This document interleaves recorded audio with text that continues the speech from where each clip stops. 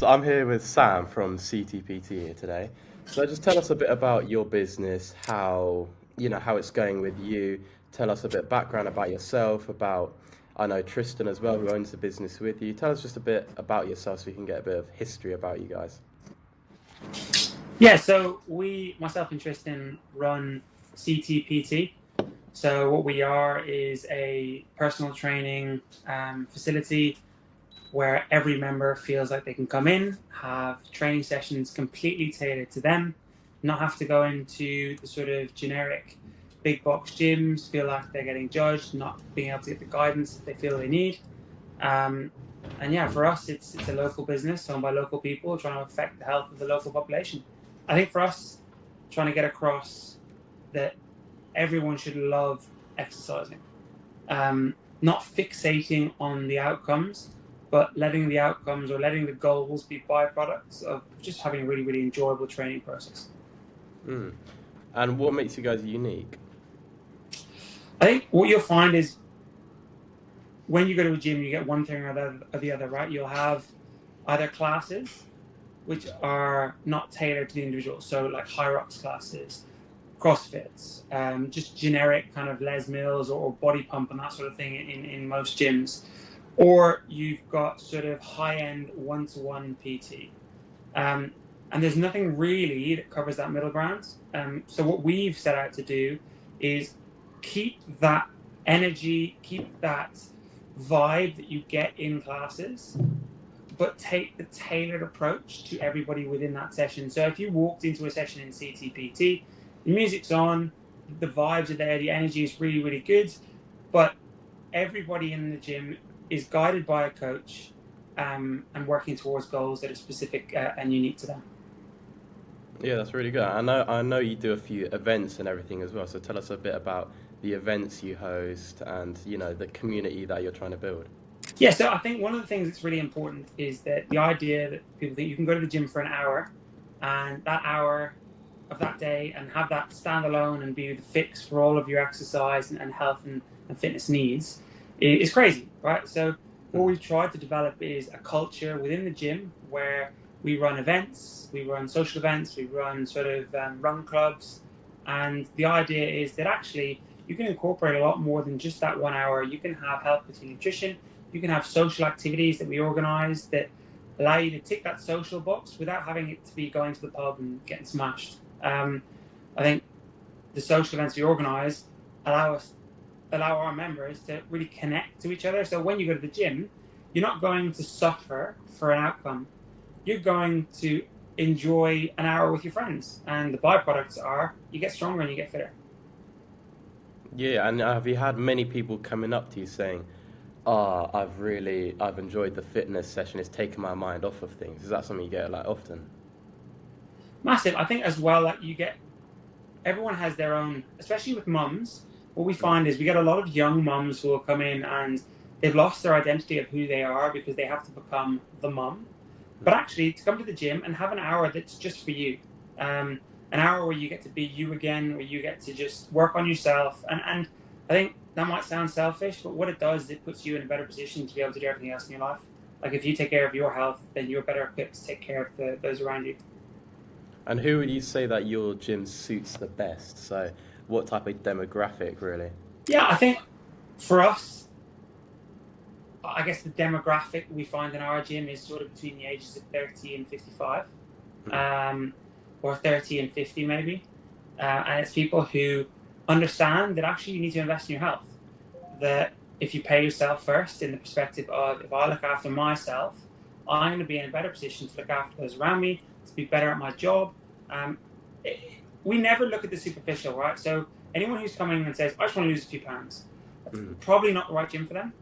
Um, for us, it needs to be, okay, well, why do you want to lose those pounds? Oh, so that I can play with my kids, so that I can be a better husband or a better wife, so that I can be better at my job.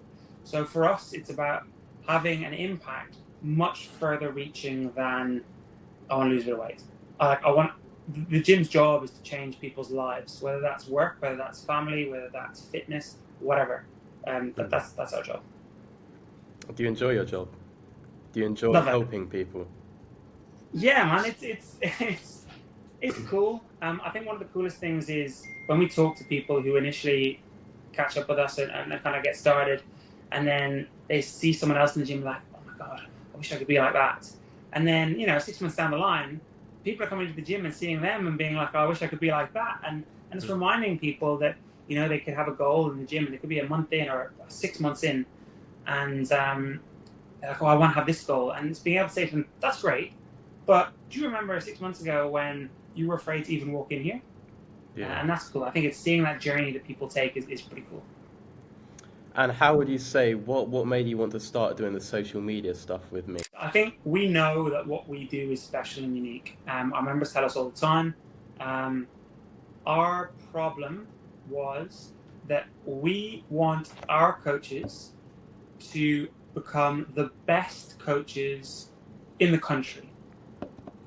And I don't really want them to worry about having to do the social media. I don't really want them to have to worry about having to promote our message.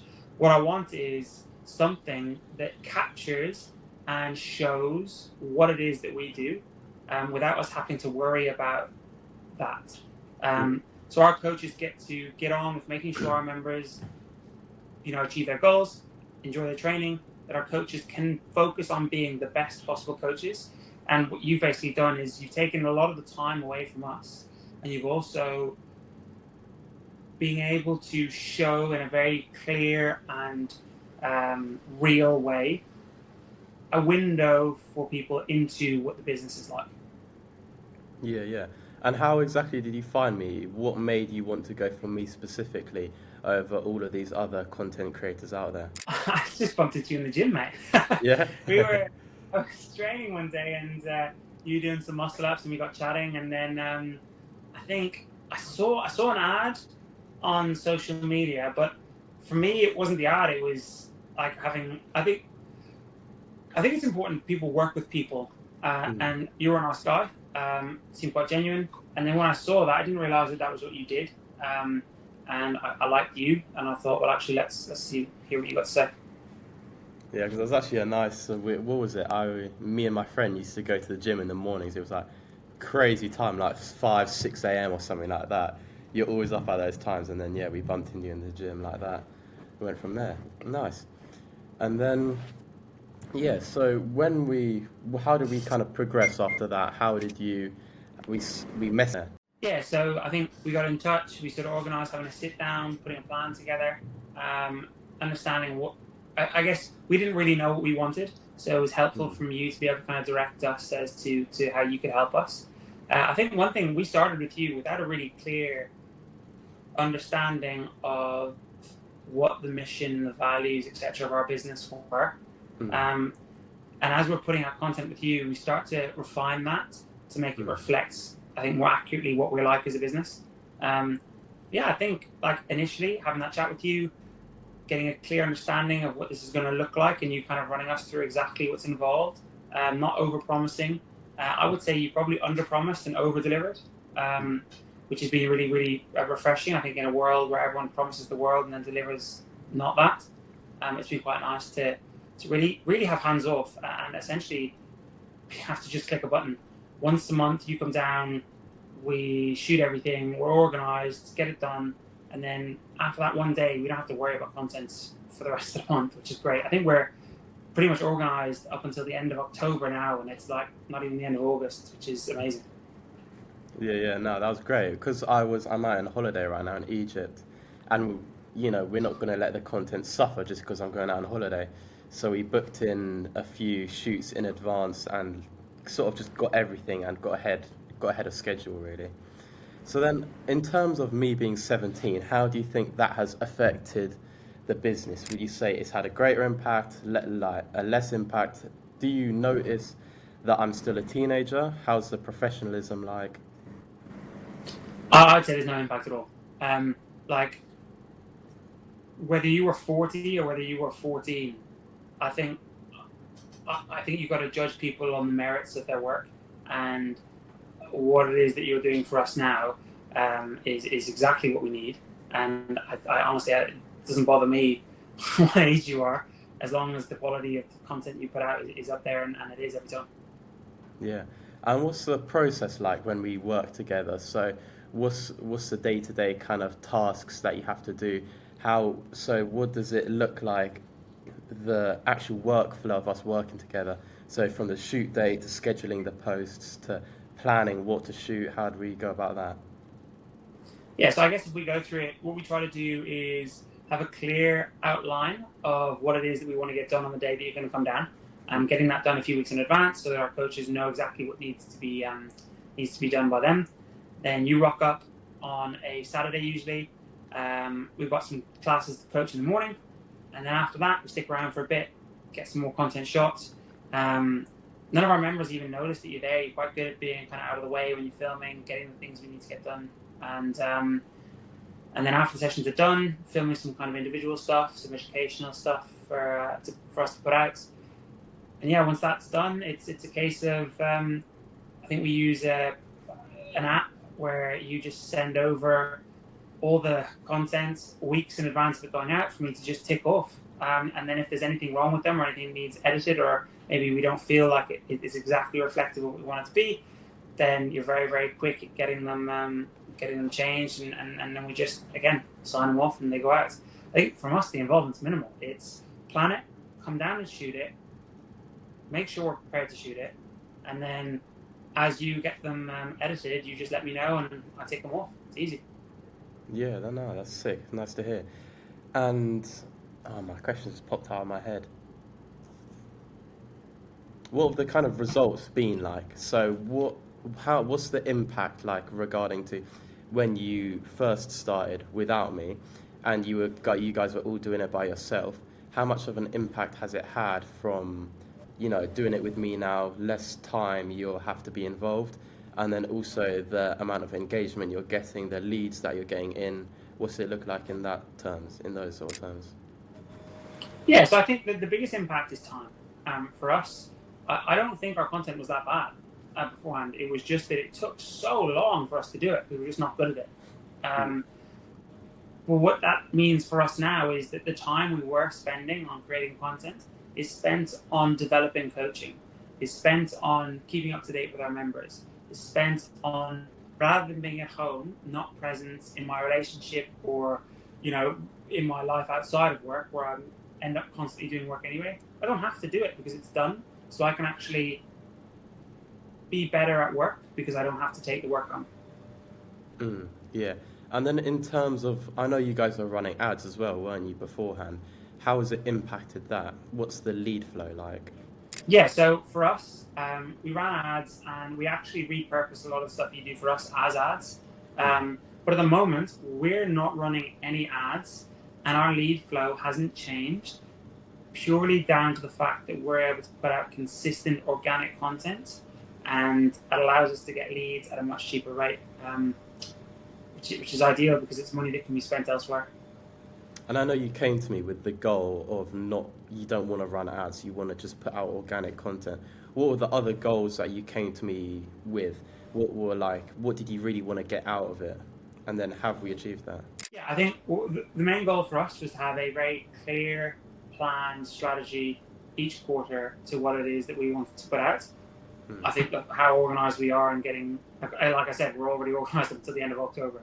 So that's been easy. I think taking the load of that off our staff so that our staff can concentrate on coaching, that's obviously tick the box, so they now do no more of that. And I think having a business that's reliant on getting members only when we pay to do Facebook or Instagram advertising is crazy. When our content is going out so regularly and is so reflective of what it is that we're doing, it means that we're in the forefront of everyone's mind. So when somebody thinks, I want to sort out my health and fitness, bang, something from us pops up, and they're like, I'll get in touch with CTPT. And that's what we see. We see more people messaging us on Instagram, more people following us, more friends of members who then see us on Instagram and think, oh shit, yeah, I'll do that. But what ends up happening is you film us and you might get our members in the film. And because it looks great, our members will repost it on their sites. So we don't just get our Instagram following, because it's really good content and the members are proud of it, they repost it. So we actually get a massive multiplication on the following or on the exposure of those videos, which is really cool. Yeah, it's great to hear. And how have you found it working with me as an individual? Awful. Yeah, man, all good. I think it's a breath of fresh air how chilled out it is. I was actually a bit worried initially by how chilled out you were, and kind of like, oh god, this seems a bit too good to be true. But no, it's refreshing. It's not very stressful at all. It's chilled out, and it's like I say, every time you seem to deliver on getting the stuff across, which is nice. 100%. Have you got anything else you want to add really about your business, about my business? No, not really. I think one thing I will say is that I think it's, when I spoke to you before, I've referred you to other businesses, and so has Tristan, because we don't refer things often. Because when you refer somebody, you're basically saying, this is what I think is quality. And then people are going to think about you and your quality reflected in the people that you refer. And I think that we try to be a gym and personal training center that provides the highest quality. And for us, I think it's surrounding ourselves with quality. And at the moment, you're very much involved in and reflected of the quality that we want to surround ourselves with. 100%, that's smashing. And then, yeah, how long are we looking to work together then? Is it something you feel like you're going to need all the time? Is it something that maybe when business gets a bit, when business goes better, you would want to, how are you looking with it in your business as well? You want to expand into a franchise? Do you want to scale your business with social media really being needed a lot? Yeah, I think for us, we try to look at it more short term with this, but as far as I'm concerned, this is indefinite. We've not really thought about the potential of not using you now that we have the freedom that we've got from using you. 100%. Yeah, anything else you'd like to add? No, that's it. All good. Nice, I appreciate that, man. Thank you so much. Have you got any tips of advice to any younger entrepreneurs that, are looking to start their own business? And have you got any pieces of advice that you'd like to give to them? Yeah, I think the one thing that I've learned in business is that if you think you can do something really well, but it takes you a long time, outsource it. Get somebody else to do it, because they're probably better than you, and you probably need to spend that time somewhere else. 100%. Yeah, that's a nice one. And have you been doing that yourself? Yeah, with you.